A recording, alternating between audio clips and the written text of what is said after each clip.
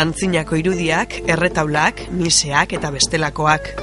Mendeak eta mendeak gure ondarearen parte izan diren eta historikoki balore bat dutela kontsideratzen diren horiek guztiekin denboraren joanak ondatzen dituenean, zer egin? Ezetasunak, historiako gertaerek, gerrek, hondamendiek, kasu askotan hondatu egiten dute gure ondarea. Eta zer egin balore historikoa duten irudi, kuadro, erretaula, ate, mural eta bestelakoekin? Bada, Gipuzkoako Foru Aldundiak badu horiek zaharberritzeko toki bat. Artelekun dago eta 20 urtetik gora daramatza Gipuzkoako ondarea aztertu eta zaharberritzen.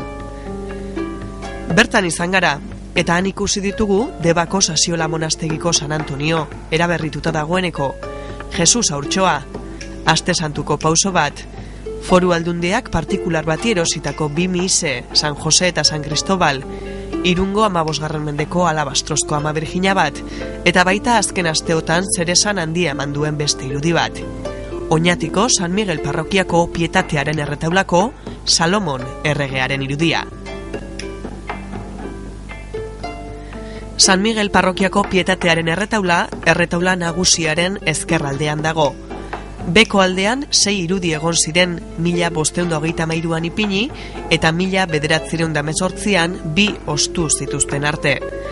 Eusko Ikaskuntzaren kongresua izan zen Oñatin urte hartan, 1918an alegia, eta ordutik falta ziren 2 irudi. Bada orain horietako bat agertu da, eta ia ziurtasun osoz esan daiteke Salomon erregearen irudia dela. Ikusten da 2 falta direla, eta horietako bat agertu zaigu, eta pixka bat erretaula osatzeko gu pozik gauden ikusten dut notizi ederra dela berri ona, agertzea urtetan ia mende bat desagertuta egondan pieza bat, ezta? Historialariak harrituta daude profeten artean errege baten irudia agertu delako, baina Xabier Martiarenak zaharberritze tailerrean egin duen azterketak dio, ia ziurtasun osoz esan daitekeela Salomon dela. Profetak dira, hortxe idatzita dauzkatenak behintzat garbi dago, Jeremias, Isaias eta Zakarias agertzen da eta ederki irakurtzen da. Beste batek, letreroik gabe da ona, hainbat liburutan ikusita, Elias omen da. Eta agertu dana, ez da profeta, da erregea, Salomon erregea. Pixka bat Israeldarren garaian bera errege izan zanen, ondo ekonomia aldetik eta ziurtasun aldetik eta tinkoa gertatu zen garai hartan Israel herria. Oraintsu herriari itzuli dioten irudiak iritzi kontrajarriak sortu ditu haren izatearen gainean. Komunikabideetan Salomon profeta dela ere esan dute, baina Salomon etzen inoiz profeta bat izan, errege baizik, eta Pietatearen erretaulan dauden beste irudiekin alderatuz, badu irudiak desberdintasun bat. Kapela, alegia. Por el tipo de estofado que tiene la figura, que es muy parecida a las otras figurillas que hay en el propio retablo de la Piedad de Oñati, y por el estilo también de la escultura, pues es seguro. Luego también la filatelia que hay aquí es muy semejante a las otras figurillas. Salomon erregearen irudia nahiko hondatuta dago. Une honetan haren egoerak ez dio hore egiten Salomon erregea izan zenari, Israelgo errege jakintsu eta egonkorrenari.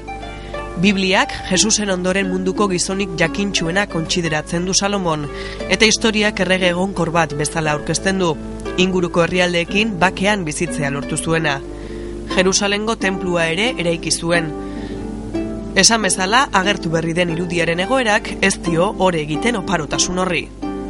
La figura, comparando con las que están ya en el propio retablo, aquellas han conservado toda la policromía de las carnaciones. Por ejemplo, han tenido sí también pérdidas de igual de brazos, pero aquí hay bastantes pérdidas en muchos sitios. Aquí ha perdido color, ha perdido dorados, ha perdido bastantes cosas, mucho más de lo que las figuras que están presentes en el retablo.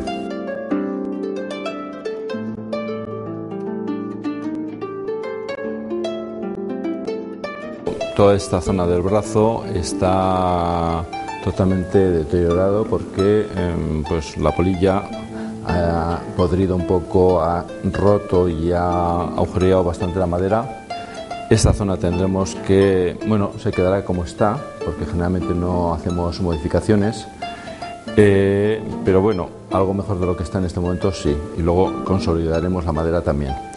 En el proceso normal de una escultura de este tipo, al tener polilla o insectos xilófagos, normalmente lo que hacemos es desinfectarlos, metemos en cuarentena y luego, después de este proceso, ya empezamos lo que es la limpieza de la figura.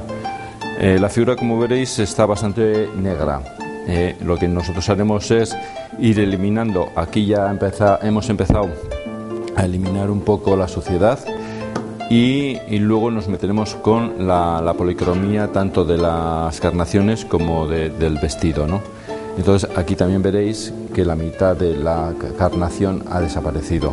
Eso también nosotros lo conservamos, es decir, no rehacemos esa parte por tener un respeto histórico a la figura.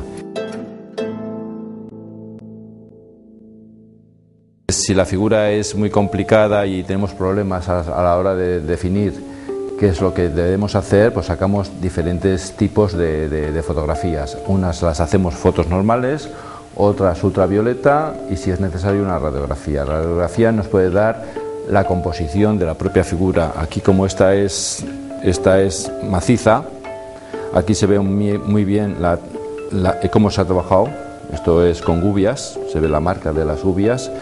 En otras hay veces que son estas huecas, luego tienen problemas por dentro, entonces igual se hace una radiografía para ver si es una pieza, si son varias, si la cabeza es una pieza diferente del tronco o los brazos son diferentes piezas del tronco. Eso nos ayuda a ver, pero normalmente, si no hay complicaciones, con las fotos normales ya funcionamos.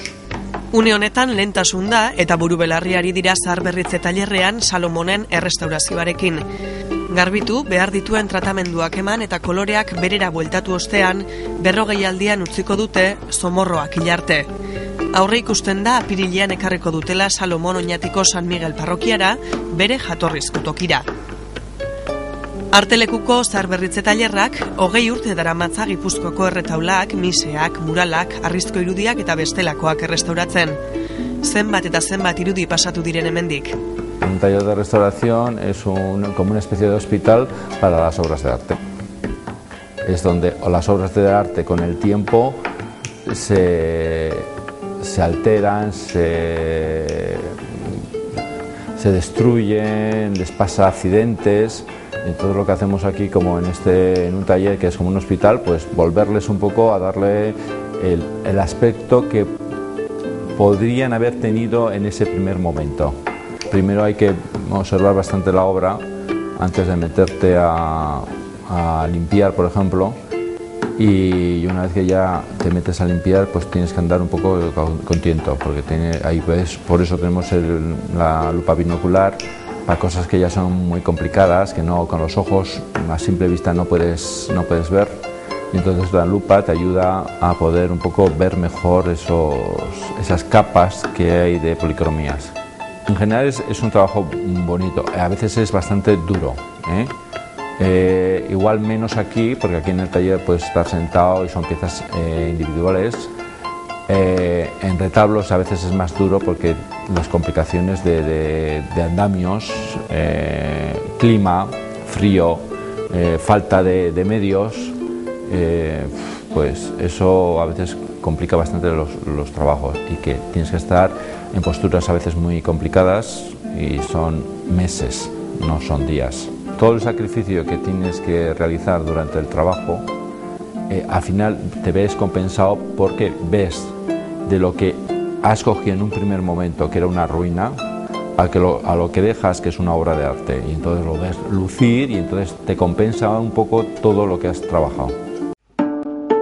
Horrela kontuak, Salomon erregea zaharberrituta, apirilean ekarriko dute ura ostu eta 83 urte geroago bere jatorrizko tokira.